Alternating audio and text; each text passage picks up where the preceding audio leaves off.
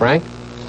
India has asked UN Secretary General Font to use the influence of his office to stop what the Indian ambassador called the massacre of unarmed people in East Pakistan by the West Pakistan Army.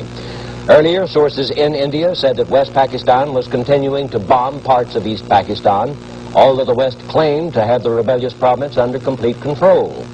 And official sources say the Indian government has learned that the rebel leader of the eastern province, Sheikh Mujibur Rahman, is free and is not imprisoned as claimed by the West.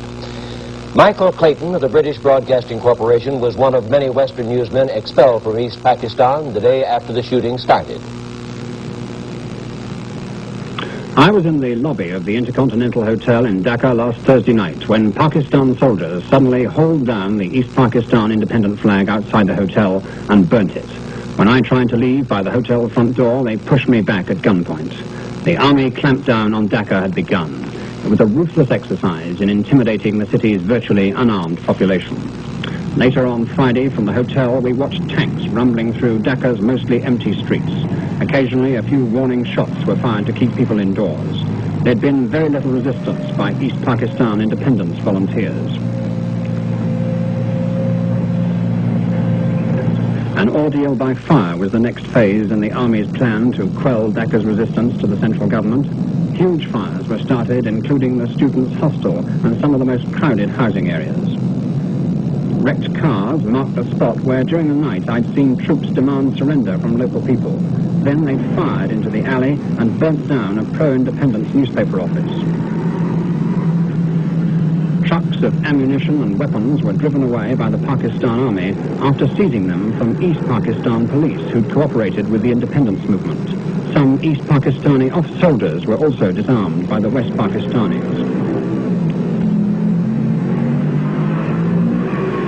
The army broadcast curfew warnings and wrenched down independence flags from Dhaka's shops and houses. There were tough penalties for showing the flag after that. Mr. Bhutto, the West Pakistan People's Party leader, was given safe conduct out of the Intercontinental Hotel. He'd been attending the constitutional talks with the president.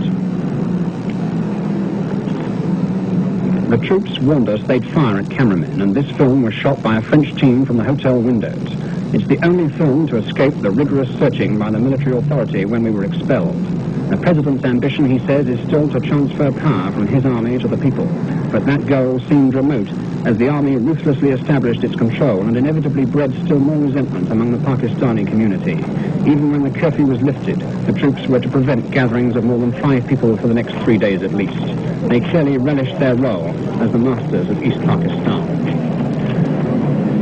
One can't estimate the number of dead so far in East Pakistan, but it would be impossible to fire guns for several hours in Dhaka and to set on fire so many buildings without causing considerable casualties.